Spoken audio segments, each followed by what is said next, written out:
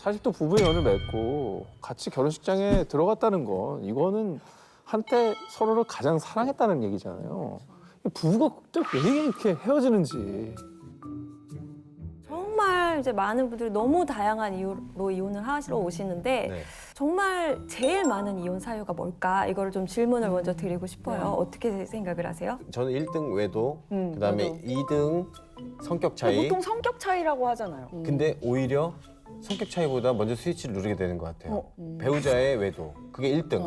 폭행? 폭행이요? 폭행? 네, 뭐 외도, 폭행, 경제적인 이유 이것도 굉장히 굵직한 이유들이지만 네. 가장 큰 이유로 많이들 뽑는 건 사실 성격 차이거든요. 성격 차이구나. 근데 이제 그 성격 차이라고 말을 하지만 사실은 명확히 알 수가 없는 왜 이혼하러 오셨어요? 제가 물어보면 너무 힘들어서요. 지루해서요. 이렇게 말씀하시는 분이 계세요. 재미가 없어서요. 일단은 기저에 깔려 있는 이제 정신 상태가 권태감인 것 같아요. 권태감. 맞아. 사실 사랑이 식었다 이렇게 서로가 많이 지루해지는 표현을 거죠. 하잖아요. 서로 너무 잘 알고 편안하면 어떤 상황이 닥쳤을 때 싸움도 더 커지고 당연히 언어도 더 세지고 맞아요, 맞아요. 네, 더 맞아. 부딪히고 이게 예전에 우리가 이제 호르몬이 돌 때는 네. 쉽게 지나갈 수 있는 문제였는데 맞아. 권태로 이 감정이 바뀌면서부터 그러시는 것 같아요. 맞아요. 저는 이미 결혼하기 전부터 예상을 했습니다. 분명히 우리는 싸울 거고 서로가 서로에게 설레지 않은 순간이 올 텐데 그때 난 노력을 해주고 싶은 사람이다. 설레지 않는 그것이 바로 사랑입니다. 설레지 않는 순간이에요? 예? 아니요, 매번 설레죠. 아침에 일어날 때도 경기 일으키면서 설레서. 아니 근데 사실 뭐 이혼이라는 게 이제는 좀 인식 개선이 됐잖아요. 맞아요. 네. 예전엔 저희 이혼한 걸 때보다는, 막 숨기고 네. 그랬는데 이제는 방송도 나오고 그럼요. 다 오픈하는 그런 시대가 돼 있기 맞아, 맞아. 때문에 인식이 많이 개선된 만큼 어떻게 보면 쉽게 선택하는 경우도 많아졌는데 진짜 아까 변호사님께서 얘기하신 대로 그냥 지루해져서 이거는 너무 조금 이 중대한 결정을 좀 많은 생각 없이 내린 게 아닌가라는 네, 좀 너무 무책임하고 저도 변호사로서 화가 나서 맞아요. 표정 관리가 잘 안 될 때가 있어요. 아이고. 네. 변호사님께서 그런 분들을 이제 많이 의뢰자분들을 네. 만나보셨을 텐데 좀 기억에 남는 사례가 혹시 있을까요? 제 사건은 아니었고 제가 법정에서 이제 제 사건 기다리면서 이제 방청을 하고 있었는데 네. 앞에 한 50 정도 되신 남자분이 너무 막 울부짖으시는 거예요. 감정을 막 법원이 쩌렁쩌렁 울릴 정도로 우니까 이렇게 쳐다봤는데 자꾸 아내가 다른 사람하고 통화를 하는데 그 통화를 엿듣게 된 거예요. 본의 아니게. 근데 이제 내용이 그 내연남하고 통화를 했고 자꾸 아이에 대한 이야기를 하니까 이상한데 왜 우리 아들 왜, 얘기를? 외도는 할 수 있는데 왜 내 아이에 대해서 자꾸 이야기하지? 그래서 유전자 검사를 받았는데 설마. 이 아들이 20살이 되어서야 네. 자신의 아들이 아니라는 것을 알게 된 거죠. 혹시 결론이 어떻게 났는지 보셨어요? 이제 결론은 그때 와이프분이 1억을 위자료로 주겠다 해가지고 1억으로 위자료 합의하고 근데 1억 위자료 받는 게 아무 의미가 없어요. 아니 20년이라는 세월을 뭔 의미예요? 그렇죠. 그럼 이거는 변호사님이 참여하신 사건은 아니고 네. 방청을 하셨던 사건인 거고 네네. 그럼 혹시 뭐 맡으셨던 사건 중에 기억에 남는 게 있으세요? 멀리서부터 막 맨발로 이렇게 오셨던 어머, 분이 계셨어요. 맨발로 왜 신발을 안 맨발로? 신고 오신 거예요. 급하게 나오죠. 근데 막 몸에도 좀 멍이 들어 있고 옷도 좀 찢겨 있고 이랬어요. 근데 가정폭력이고 이제 막 얘기를 하시는데 한 5년 가까이 폭행을 당했었고 또 이제 증거를 남기지 않기 위해서 이제 남편이 화장실에서 꼭 폭행을 하셨다고 해요.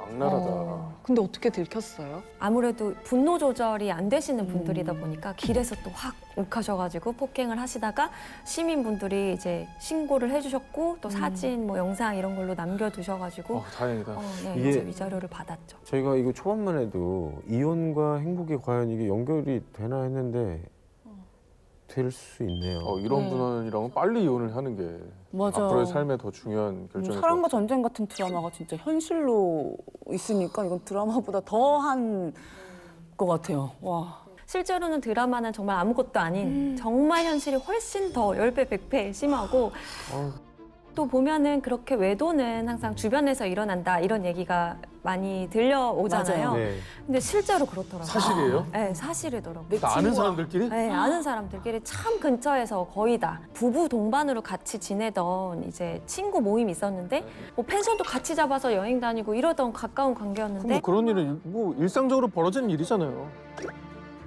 그래서 그렇게 같이 친해졌는데 이제 새벽에 화장실을 가려고 봤더니 다른 방에서 내 배우자와 이제 상대방 배우자와 이제 뭐 어떤 성관계를 하는 그런 장면을 본 거죠. 네. 겁도 없다. 근데 이런 일이 한 건이 아니고 제가 맡았던 사건만도 정말 생각나는 것만 해도 10건이 넘어가니까요. 듣는 데에도 믿기지가 않을 겁이 정도인데요. 없다. 네. 근데 그럴 때도 증거를 이용을 남겨야 되나요? 네. 좀 어떻게 찍어야 아니 돼? 근데 그때 그런 경황이 있을 가지고 찍어야 된대. 죽이지 뭘로 찍어요? 죽이면 벽돌 내가 같은 내가 걸로. 가야자고요. 그렇죠. 벽돌로 찍어. 이제 침착해야 되는 거지. 이럴 불 붙여놔 때일수록- 벽돌로. 아, 미안한데 진짜 차가운 이럴 야수의 때일수록- 심장으로 그게 근데 그 정신이 들겠냐고요. 근데 아니. 문이 안 들지. 잠겨 있으면 일단 뜨거운 물을 어떡해. 뿌리고 싶지. 문이 잠겨 있으면 어떡해? 문이 잠겨 있으면 못 본 거잖아. 근데 그런 분들이 꼭 문을 안 잠그세요.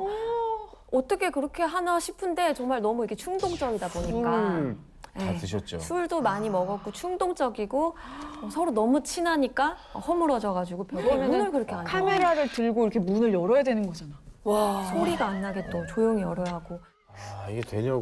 뭐 또 다른 사례들은 없습니까? 네, 또 이제 요즘에는 스마트폰을 이제 이용을 하다 보니까 그걸로 또 굉장히 외도가 많이 발각이 되는데 남편이 갑자기 이제 저녁만 되면은 본인이 장을 봐오겠다고 하는 거죠. 그래서 원래 장을 안 보던 사람인데 갑자기 장을 매일매일 갑자기? 보러 나가는 거예요. 근데 이제 빼먹은 게 생각이 나서 뭐 좀 더 사오라고 해야겠다. 그리고 전화를 걸어가지고 나 지금 양배추를 빼먹어서 좀 사와 해서 알았어. 그리고 이제 끊었다고 생각을 하고 이제 안 끊긴 거죠. 듣고 있었구나. 네, 그리고 이제 옆에서 이제 어떤 또 불륜 행위를 하는 소리들이 들려오는 거죠. 그래서 그거를 실시간으로. 어머. 네, 그럴 때는 이제 녹음 버튼을 눌러야 하는데 또 녹음 기능이 없는 휴대폰들이 있어요. 많아요. 제 거 안 돼요. 네. 사과. 그게 그런 분들은 의뢰인분들도 저한테 찾아오셔서 저는 녹음 기능이 없어가지고 다 놓쳤다고. 어떻게요 그럼? 스피커폰으로 하고 음성 녹음 누르면 돼요. 저 해봤어요. 아 와이프가 아니라 잠시만요. 그럴 아내가 만한 일이 아니라- 벌어졌습니까? 아내가 아니라 이제 뭐 이혼 주변 이행시 되나요? 계약 되죠. 이혼하지 마세요. 혼자 살아요. 재간동이 그거를 왜냐면은 계약 같은 거 이제 할 때 저는 그 계약서를 잘 못 봐요. 이게 뭔지 모르겠어요. 그래가지고 그거 할 때는 항상 저 이거 좀 끼겠습니다 하고 나서 그냥 소속사에 지금 분쟁이 있나요? 아니요 없습니다. 소속사 없습니다. 너무 행복합니다. 근데 이제 뭐 저희가 이제 농담 삼아 좀 우스갯소리 했지만 이런 상황이 나한테 펼쳐진다? 난 상상도 끔찍해. 못할 것 같아. 지옥입니다. 근데 이런 상황이면 사실은 또 이혼을 생각할 수밖에 없잖아요. 그러니까 네. 최대한 잘 이혼하는 방법을 아는 것도 중요할 것 같습니다. 네. 혹시 이혼을 잘하는 방법이 따로 네. 있을까요? 네, 일단은 이혼을 잘하시기 위해서는 이제 첫 번째는 법은 증거 싸움이다라고 네네네. 말씀을 드리고 싶고, 이 얘기를 되게 많이 하시더라고요. 네,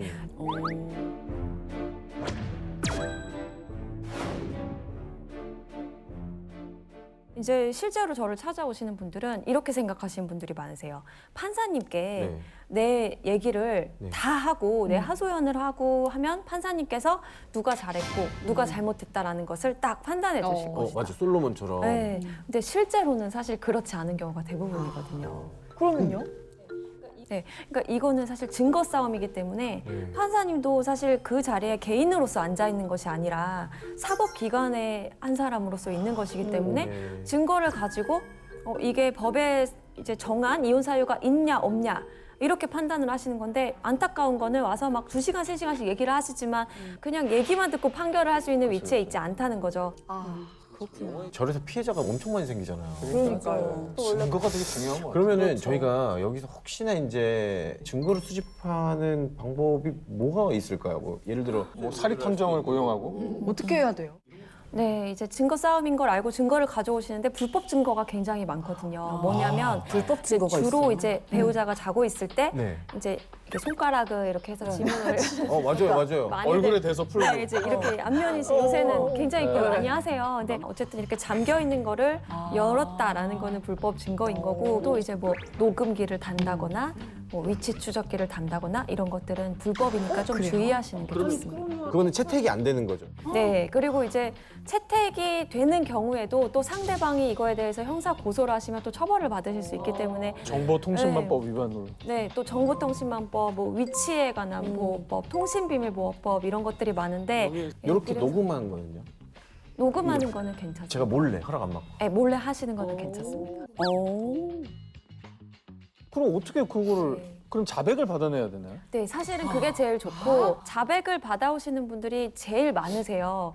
자백 안 할 것 같은데 하시지만 사실 어떤 불법 증거를 갖고 계신 분들은 오히려 자백받기가 쉽긴 한데 이제 내가 불법 증거를 가지고 있다. 그럼 그거를 이제 상대방한테 오픈을 하면서 보여주면서 녹음을. 녹음을 하셔서 이제 그 제2차 부담스러워야 증거를 되는구나. 증거로 쓰시는 분들이 많고 또 블랙박스 같은 경우에는 부부가 사실 차량을 공유하는 경우가 많거든요. 차키를 네. 서로 갖고 있거나 차를 관리해주는 차원이라든지 네. 한 차를 두 사람이 쓰는 경우도 굉장히 많아서 그럴 때는 이제 블랙박스를 가져오시는 게 문제가 되지 않고 또 휴대폰을 보는 것도 잠겨있지 않은 휴대폰도 많잖아요. 네. 배우자랑은. 그러면은 나중에 형사 고소를 하더라도 이거에 대한 동의가 있었는지 없었는지 어차피 입증이 안 돼요. 오히려 안 잠겨 있는 경우에는 좀 휴대폰을 보고 캡처를 해서 이제 증거를 가져오시면은 안 불법 잠겨 증거가 있으면 아니죠. 되는구나. 그러면 지금 든 생각 중에 가장 심플한 거는 문자로 남기는 것도 굉장히 좋겠네요. 네, 이제 내가 외도 현장 봤다 이렇게 네. 이제 유도 신문을 하시는 분들이 많더라고요. 힘증만 있었는데 물증은 없었는데 그냥 나 오늘 봤다 이혼하자 네. 이러면은 이제 미안해 어디서 봤어 자기도 고마워가지고. 모르게 왜냐면 이제 결혼 생활 해보셔서 아시겠지만 그렇죠. 걸릴 확률이 너무 높고 항상 그거에 대한 불안감을 안고 있다가 이제 툭 건들면 이제 막 쏟아내시는 분들이 많더라고요. 그래서 맞아요. 되게 길게 녹취해보세요. 자, 아무튼 뭐 이런 사실을 잘 인지를 해두시면 마음이 힘든 시기에 시간이나 에너지를 많이 좀 줄이면서 또 유리한 이혼을 할 수 있을 것 같다는 생각이 네. 드는데 네. 또 혹시 뭐 이혼을 준비하시고 계신 분들 중에 도움이 될 만한 현실적인 팁도 더 있을까요? 네, 이건 정말 아무도 말 안 해주는 이야기일 수도 있는데 네. 소송에서 정말 감정 싸움을 하지 말자라는 겁니다.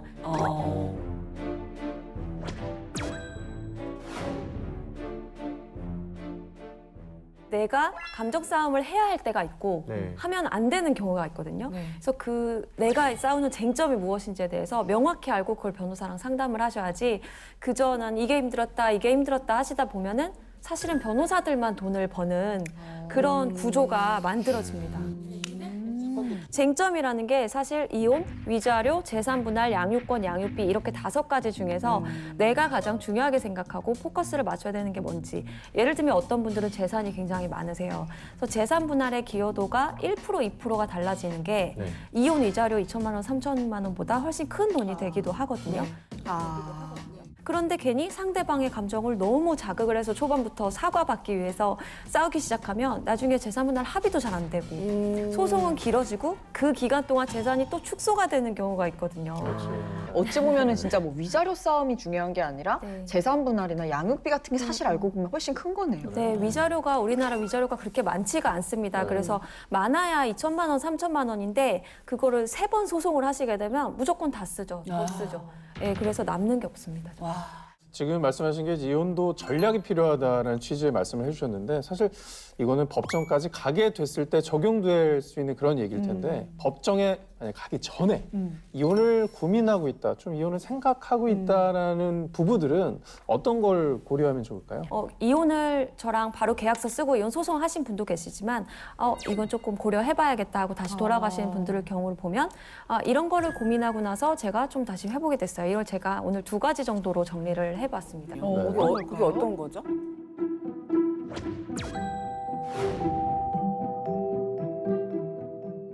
근데 제 개인적인 이야기를 좀 해보면 제가 이제 예전에 아버지가 돌아가셨어요.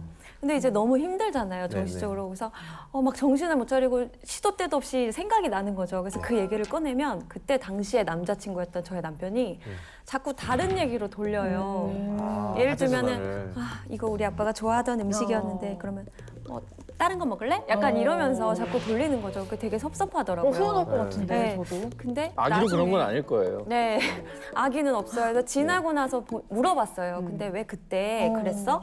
그랬더니 본인 같은 경우에는 자기가 힘든 일이 있으면 힘든 일을 나누면 이제 괜히 상대방도 힘들어지기도 하고 또 힘든 얘기를 자꾸 하면은 자기가 더 힘들어져서 너무 똑같잖아. 그 얘기를 안 하는 걸 좋아한대요. 그래서 배려를 하기 위해서 말을 돌렸다는 거예요. 남편분이랑 술 한잔 즐거운- 해야겠네, 제가. 예, 자꾸 즐거운 이야기를 너무 꺼냈다는 싫어 거예요. 그럼 나는. 근데 저는 계속 차단하는 느낌이고 이제 이 얘기 꺼내지 마 이렇게 받아들였었거든요. 맞아. 저 너무 예를 들면 뭐 피곤해가지고 오늘 너무 피곤하다 그럴 때 막 날씨가 참 좋다. 뭐 약간 이렇게 행동을 해요. 그러면은 그럴 때일수록 기운나는 얘기를 할 이 형 생각을 진짜 해야죠. 기계 아니에요? 기계 아니야? 시장한 느낌을 받는 거죠. 힘들 때일수록 긍정적으로 지금도 생각하는 봐봐 감정이 약간 없는 때일수록 다른 얘기를 하는 이게 거예요. 그러니까 맞아요. 말씀하신 대로 나는 배려했다고 생각하지만 오히려 배려한 거. 상대방에게는 그렇지 않은 경우가 있는 거죠. 맞아요. 솔직히 말하면은 저는 인간관계가 아내랑 제일 어렵거든요. 네. 왜냐면 사회생활 하다 보면 미안해 하면 되는데 이 친구는 미안해해서 그치, 될 그치. 친구가 아니잖아요. 어떤 상황인지 모르니까 최대한 조심스럽게 접근을 하게 된단 말이죠. 그럴 때면 차라리 나 이거 그냥 들어주기만 하고 위로만 해주면 되는데 왜 그거 못 들어줘? 라고라도 그냥 얘기해주면. 맞아요. 이제 저도 이제서야 그걸 알아서 결혼 이제 10년 차가 돼서 내가 지금 이런 상황인데 이렇게 말해줬으면 좋겠어. 저는 아예 대사까지. 저도 대사 정해줘요. 대사를 정해줘. 근데 이거 되게 좋은 방법인 것 같아요. 저희 부부도 되게 대화를 많이 하거든요. 근데 결국에는 마지막에는 그랬구나, 네 마음이 그랬구나 이런 건데 이렇게 아예 처음부터 나 격려해줘, 나 오늘 힘들었어, 토닥토닥 해줘 이렇게 말하는 게 오히려 남자들도 편할 것 같아요. 진짜 힘들어요 부부관계가. 맞아요. 쉽지 않네요. 두 번째는 분노와 자기 혐오를 구분하자입니다. 분노와 자기 혐오. 자기 혐오? 상대방에 대한 혐오가 아니라 자기 네. 혐오?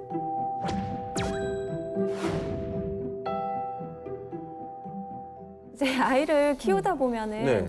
사실 정말 부딪히는 일이 많잖아요. 많죠. 정말 좀 극단적인 정신 상태가 많이 드러나는 부분이 36개월 전에 아이가 잠도 안 자고 그치. 제대로 먹지도 진짜 않고 몸이 너무 힘드니까. 네, 처음 엄마가 맞아요. 된 아빠가 된 그 시기에 이혼을 정말 많이 하시거든요. 네.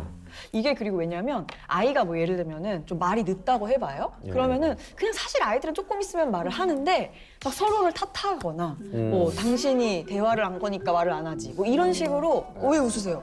제가 이제 우리 아기가 굉장히 편식이 심해요. 네네네. 근데 저희 어머니가 그냥 지나가는 말로 상진이가 어릴 때 좀 편식이 있었지. 네네네네. 그건 오히려 편한 거죠. 그래도 어머니가 확답을 네, 주신 거니까. 이런 그렇죠. 일로 이제 애가 이제 편식을 할 때마다 굉장히 명확한 증거를 말씀해 주신 거죠. 네, 그 무게 500톤의 무게가 저를 짓누르는 거죠. 그래서 저는 아이가 밥을 이제 막 안 먹고 악 이럴 때마다 그러니까 이게 좀 째려보게 되는. 맞아요. 그러면서 이제 저는 자기 혐오에 빠집니다.